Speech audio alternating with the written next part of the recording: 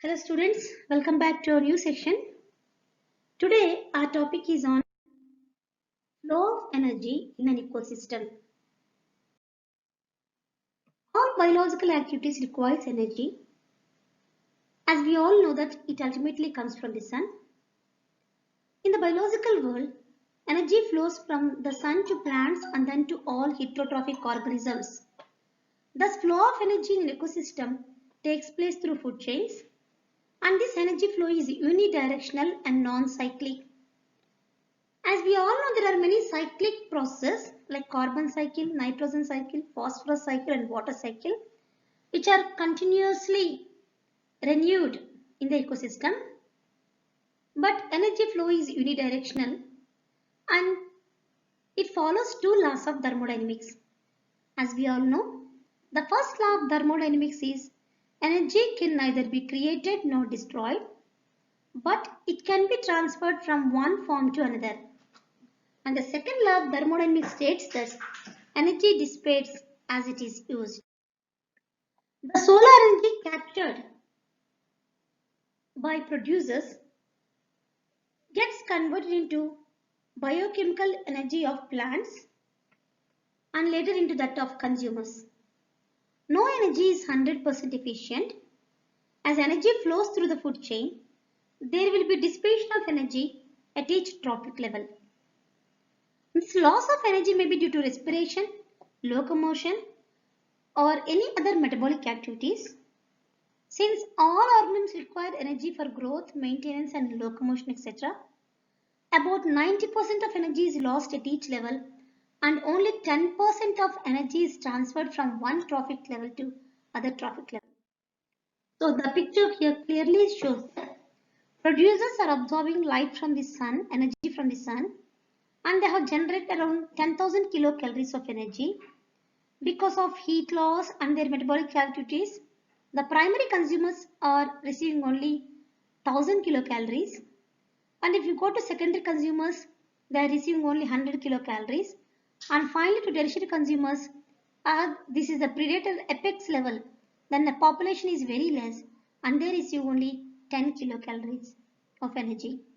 During every transfer of an energy in an ecosystem from one trophic level to the other trophic level, energy is lost in the form of heat. Amount of energy decreases as the energy passes through the levels of an ecosystem. In order to describe the energy flow in ecosystem, we have three models.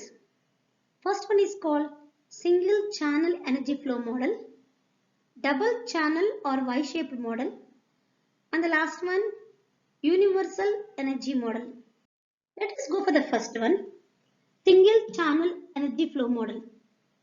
The flow of energy in an ecosystem takes place through the food chain, and it is this energy flow which keeps the system going.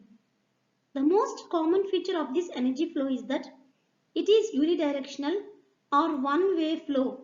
That is the reason why it is known as single channel flow.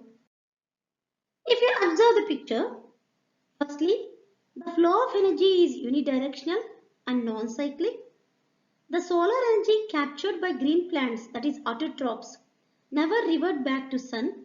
However, it passes to herbivores, and there which passes to herbivores does not go back to autotrophs but passes to consumers.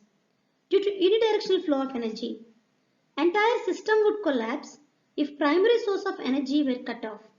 Secondly, at each trophic level, there is a progressive decrease in energy as heat in the metabolic reactions, and also some of the energy is utilized at each trophic level. And the second one is double channel or Y-shaped model of flow of energy in ecosystems. If you observe the picture, the double channel or Y-shaped energy flow depicts the simultaneous working of grazing and detritus food chains in an ecosystem. In nature, both grazing and detritus food chains are interconnected in the same ecosystem. So this is more appropriate model when compared to single channel flow. Functionally, The distinction between the two is of time lag between the consumption of living plants and ultimate utilization of dead organic matter. The importance of two food chains may differ in different ecosystems. In some cases, grazing is more important and in others, detritus is more important. If we take an example of marine ecosystem where primary production at open sea is limited, a major portion of it is eaten by herbivore marine animals. Therefore, very little primary production is left to be passed on to the detritus pathway. So this is more appropriate one where it includes both grazing and detritus food chain. So it overcomes one of the limitations of the ecosystem. In ecological pyramids, in depicting those diagrams, we never come across detritus food chain. But in energy flow models, we come across both the models, that is grazing food chain and detritus food chain. And the last one is universal energy flow model. It was explained by E.P. Odum.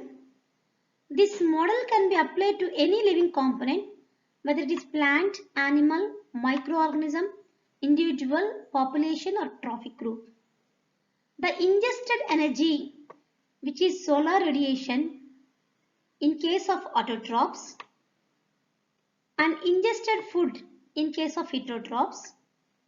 Since not all the energy supplied is utilized, the last part is called as not utilized. That is, it is shown as NU. And the assimilated energy A is known as gross production. And this was the model which is more appropriate. Part of A is used for structural maintenance, that is respiration. So part of A is used for respiration and other part is transferred into organic matter, which is represented as P in the figure. P is the energy available for other individuals or for other trophic levels.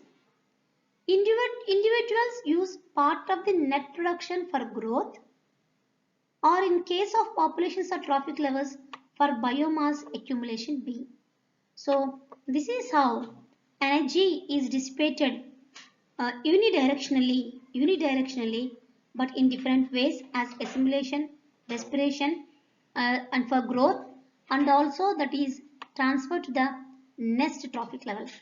This is a more appropriate model out of all the three models. In summary, there are three energy flow models. First one is single channel, second one is double channel or Y-shaped energy flow model, which speaks about both the grazing food chain and the detritus food chain. And the third one is universal energy flow model, which is more appropriate to explain the energy flow in the existing ecosystems. Thank you.